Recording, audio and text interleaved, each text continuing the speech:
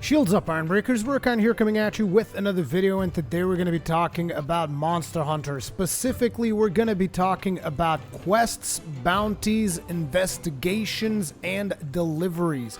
Why is this important? Because I know that a lot of you guys have started playing the game today, and I know that if you guys are like me, most likely you guys will be like, oh, I want to complete this set, so I'm going to repeat this particular quest a bunch of times until I can get all the parts that I want for that set. So say you're working on a Jagras set, for instance, you do a Jagras quest, which I believe it's called the Great Glutton, and once you complete that quest, you're like, now I'm going to do that quest again and again and again until I get all of the parts. That's how Monster Hunter is kind of always worked.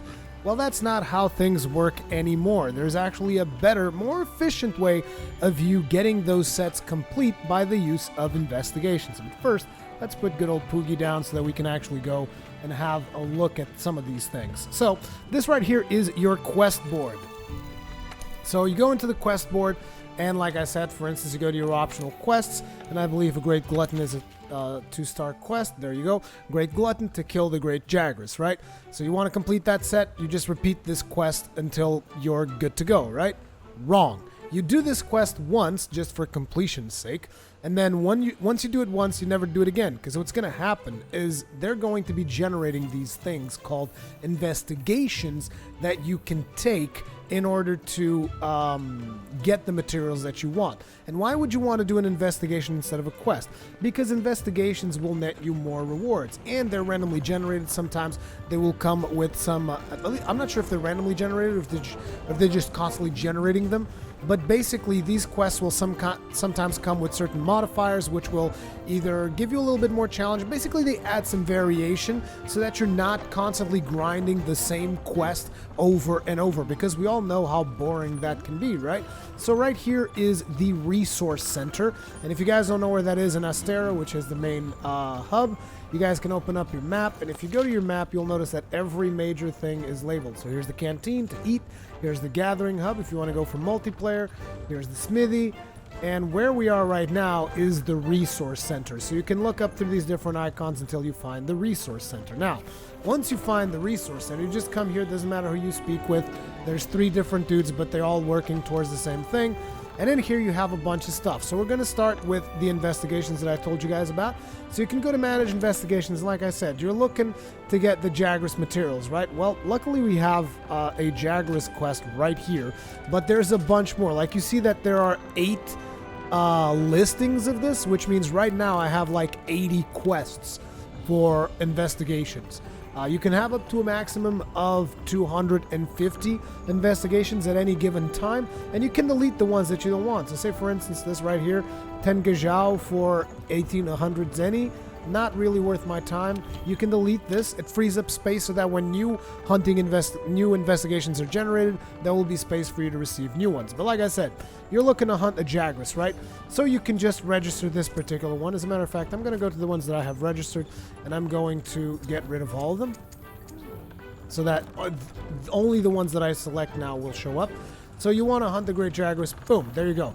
But this one in particular, what is the special conditions this one has? Well, this one gives you more money than this one. This one, on the other hand, only has a 30-minute time limit, but it's got better rewards. So you look at the rewards over there, on top of the rewards from carves, as well as the rewards for completing the quest, because it is a quest for a Great Jagras, so you will get Great Jagras materials from that quest. But on top of that, you're also going to get 3 additional rewards. On this one, you get 3 silver rewards. You can see those right there.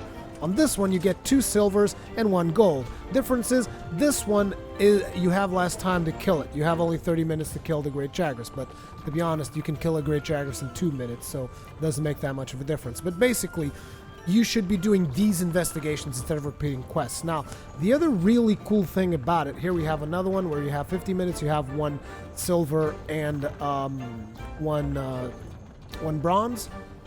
But I do believe that this one will probably be harder. So like the monsters themselves will sometimes be harder on some of these quests. But let's say, for instance, you are also working on the Kulu-Yaku set. You want the Great Jagras and the Kulu-Yaku set. You know, that's what investigations allow you to do. You can work on multiple sets at the same time by doing the same investigation. So you could pick up this one and you will get rewards from both the Kulu-Yaku as well as the Great Jagras. Or maybe you're working on the Tobi Kadashi. Boom, there you go. Tobi Kadashi and Great Jagras. Or maybe you're working on Tobi Kadashi, Great Jagras, and the Anjanath. Boom, there you go. Now we've registered these 5 investigations. That means we can now go back to our quest board, and you do post new quest. And instead of going to assigned or optional, assigned is actually main quests. Optional is just optional stuff that they generate, which will allow you to develop the city and whatnot. And then you got the investigations, which are mostly for grinding. And here you go. This one's actually a capture. I didn't even notice that this one was a capture. During capture investigations, at least at the currently low rank, they will give you the capture materials. I'm not sure how it's going to work for high rank because I haven't gotten there yet. But basically now you just pick one of these and it works just like a regular quest. The main difference is that there is a limit to the amount of times you can do these quests. Because like I said, they give you additional rewards, but there's a limit to them. But the bonus here is they're constantly generating new investigations. So you'll be constantly getting new investigations for hunting Great Jagras. So even if you completely exhaust an investigation, don't worry too much about it. New ones will be constantly popping up on the resource center. But then you basically register here. So for instance, you could go on this hunting one right here with the 2 silver and 1 gold reward. You register it and it works just like a regular quest, just like any other quest. It'll send you to the location, you go there, kill your target, you get the rewards and the additional rewards. That's the advantage of using investigation. So people, don't repeat optional quests, do investigations. Much more bang for your buck, and it will make the grind a lot faster. Then the other cool thing that they have in this resource center, which is also important, is bounties. Now currently I don't have any optional bounties that I can do. Sometimes there will be critical bounties, which are related to story quests and stuff. And as you complete these bounties, you will gain certain things. And then there are limited bounties. Now the limited bounties work like weekly quests. And I know, some of you guys are going to go like, what the hell, weekly quests on my Monster Hunter? Yes.